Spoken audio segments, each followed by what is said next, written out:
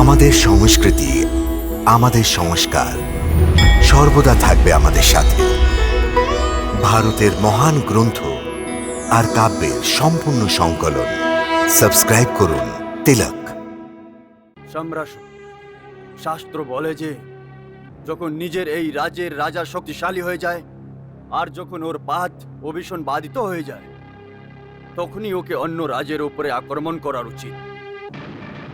আমি তোমাকে মৃত্যু লোকে আক্রমণ করার আজ্ঞা তো দিয়ে দেব, কিন্তু তার আগে তোমাকে স্বয়ং নিজের পাত ও ভীষণ বাধিত করার জন্য বলবো। অভিশান বাধিত? এর অর্থ এই হলো গুরুদেব যে আমার পিতা পরম প্রতাপী অসুর রাজ সম্রাসুর মহারাজের পথ অভিশান বাধিত নয়। হ্যাঁ কুমকেতু, আর মহারাজ সম্রাসুর, আমি তোমাকে সাবধান করছি যে। সাবধান করছেন? আপনি কৃপা করে স্পষ্ট করে বলুন গুরুদেব। মায়াবতী, যদি অস্পষ্ট শব্দ শুনতে চান তাহলে শুনুন। মৃত্যু লোকের সম্রাসুরের আক্রমণের অর্থ হলো শুধু মৃত্যুকে নিমন্ত্রণ দেওয়ার সমান হবে। মৃত্যুকে নিমন্ত্রণ?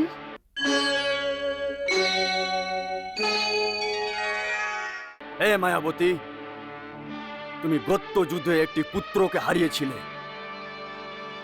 এইবার দ্বিতীয় পুত্র, এবং এটাও হতে পারে যে ওর পিতাকেও হারাতে পারে। না, আমি স্বীকার করতে পারছি না গুরুদেব, এইটা সত্যি হতে পারে না। আমি অমর, আমাকে কেউ মারতে পারবে না গুরুদেব, কেউ মারতে পারবে না। ক্ষমা করবেন গুরুদেব, আপনার ভবিষ্যৎবাণী ভুলও হতে পারে। কখনই ভুল হতে পারে না। তো আপনি এটাকে মিথ্যা বলে প্রমাণ করে দিন গুরুদেব। আমি আমার স্বামী আর পুত্রকে হারাতে চাই না। গুরুদেব, মায়াবতীর মনের শান্তির জন্য কোনো উপায় অবশ্যই খুঁজুন, কিন্তু এটা তো বলুন যে এই চিন্তার কারণ কি?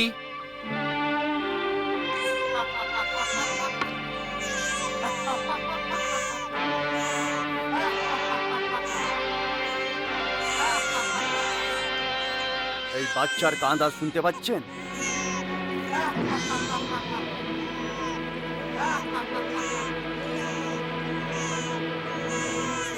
এটা সাধারণ হাসি নয়, একটা মৃত্যুর হাসি। এটা কোনো সাধারণ বালক নয়, মৃত্যুই বালকের রূপের জন্ম নিয়েছে। যদি এই বালক জীবিত থাকে তাহলে মনে করো সর্বনাশ হয়ে যাবে।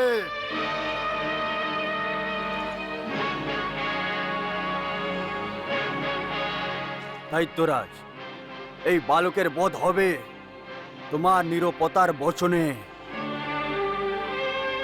সেই জন্য যদি তুমি আমার আশীর্বাদ চাও তাহলে এই বালকের বধের পরে,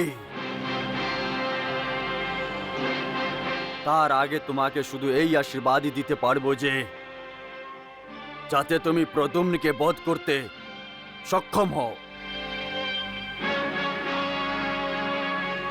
এখন আমাকে আজ্ঞা দিন।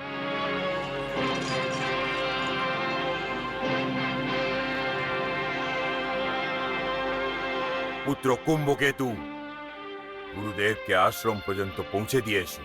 যথা আজ্ঞা পিতা। চলুন গুরুদেব।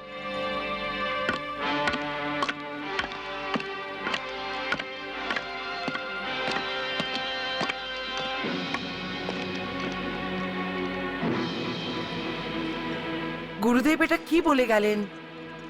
এই রাজমহলে মৃত্যু বাস করছে? প্রদ্যুম্নের উপরে আপনাকে বিজয়ী প্রাপ্ত হতে হবে মহারাজ।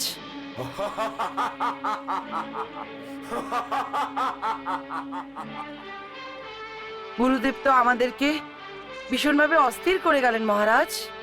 মায়াবতী একটি বালক, যার সব সময় প্রতি কাজের জন্য ওর মায়ের সাহায্যের প্রয়োজন হয়। যে কথা বলতে পারে না, কিন্তু কেঁদে কেঁদে নিজের মায়ের ধ্যান আকৃষ্ট করার চেষ্টা করে। ওই বালকের উপরে গুরুদেব আমাকে বিজয় প্রাপ্ত করার কথা বলছেন।